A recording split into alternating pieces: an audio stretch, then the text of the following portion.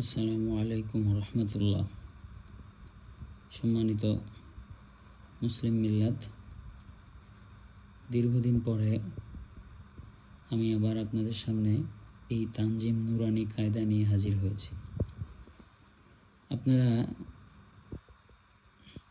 যারা কোরআন পড়া পারেন কিন্তু সহি পারেন না, তাদের জন্য এই কিতাবটা খুবই গুরুত্বপূর্ণ। এটা খুবই বেসিক। এটা যে বুঝে পড়বেন, খুব অল্প সময়ের মধ্যেই আপনারা পবিত্র কোরআন সহি শুদ্ধভাবে তেলাওয়াত করতে পারবেন ইনশাআল্লাহ।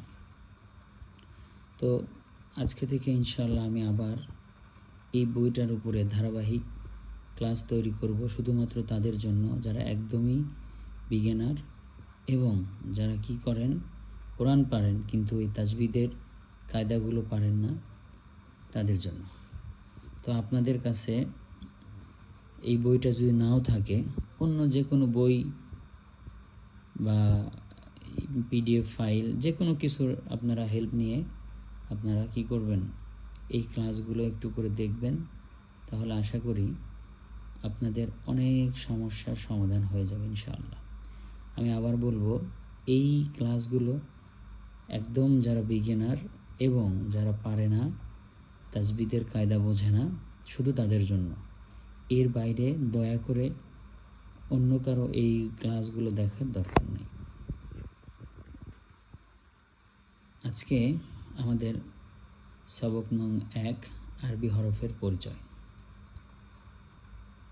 দেখেন, বিসমিল্লাহির রহমানির রহিম।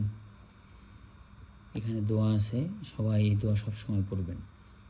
রব্বি জিদনি ইলমা, রব্বি ইয়াসসির ওয়ালা তুআসসির ওয়া তাম্মিম আলাইনা বিল খায়র ওয়া বিকা নাস্তাঈনু ইয়া মুস্তাআন। এখন আমাদের যে সামনে আসছে এগুলো হচ্ছে হরফ। আপনারা জানেন প্রত্যেক ভাষার নির্দিষ্ট বর্ণ আছে। বাংলা ভাষায় আমরা যখন কথা বলি বা পড়ি, তখন যেগুলো থাকে, যে চিহ্ন বা যে প্রতীক থাকে, আমরা সেগুলোকে বর্ণ বলি। আবার ইংরেজিতে সেগুলোকে আমরা লেটার বলি। ঠিক আরবিতেও এরকম কিছু চিহ্ন প্রতীক আছে যেগুলোকে আমরা হরফ বলি। আর আপনারা দেখতে পাচ্ছেন এইগুলা সব আরবি হরফ। আর আরবিতে সহি শুদ্ধভাবে কথা বলতে গেলে, কোরআন সহি শুদ্ধভাবে তেলাওয়াত করতে গেলে আপনাকে প্রথমেই এই আরবি হরফগুলির সঠিক উচ্চারণ শিখতে হবে। অর্থাৎ শুধু নাম জানলেই হবে না, তাদেরকে কিভাবে উচ্চারণ করতে হয় সেটাও জানতে হবে। কেউ যদি এই আরবি 29 হরফের উচ্চারণ সঠিকভাবে শিখে যায়, তাহলে তার 50% কোরআন সহি করে শেখার কাজ শেষ। এটাই সবচেয়ে বেশি কঠিন।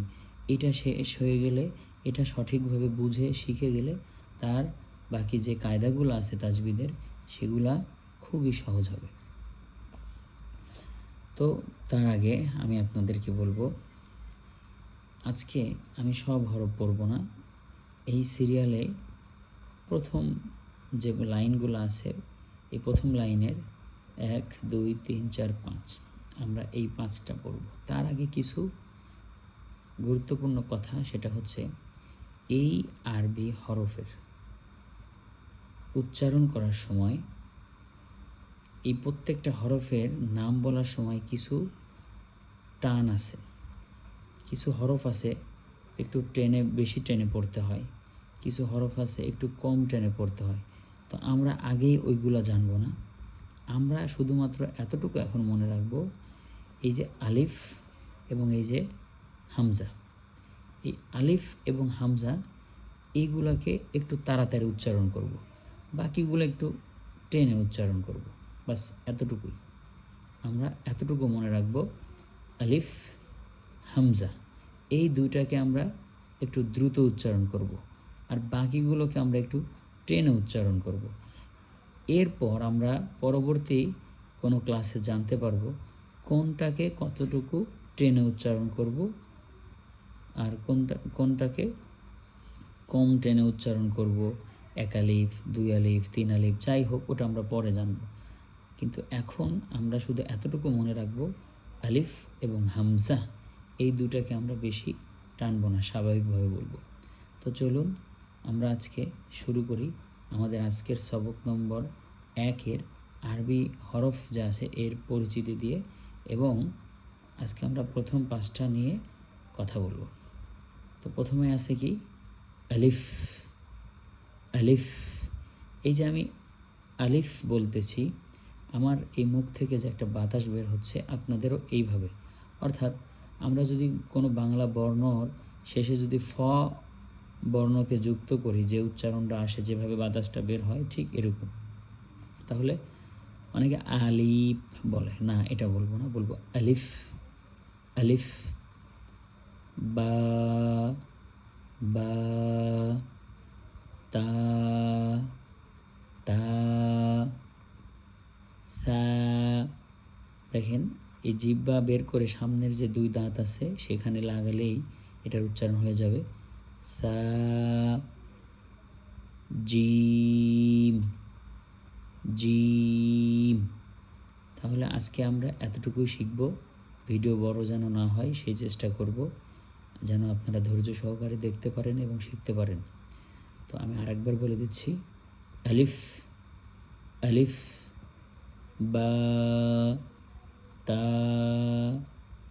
সা, জিম, জিম।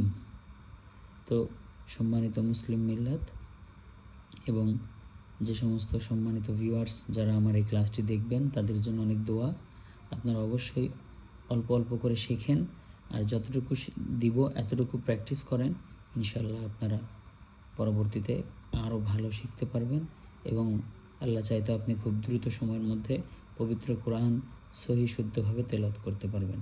আর আমার জন্য দোয়া করবেন, আমি যেন ধৈর্য সহকারে ধারাবাহিকভাবে আমি যেন এই ক্লাসগুলো রেকর্ড করে আপলোড করতে পারি। ততক্ষণ ভালো থাকেন, সুস্থ থাকেন, ইনশাআল্লাহ আবার পরবর্তী ক্লাস নিয়ে হাজির হব। আসসালামু আলাইকুম ওয়া রাহমাতুল্লাহি ওয়া বারাকাতুহু।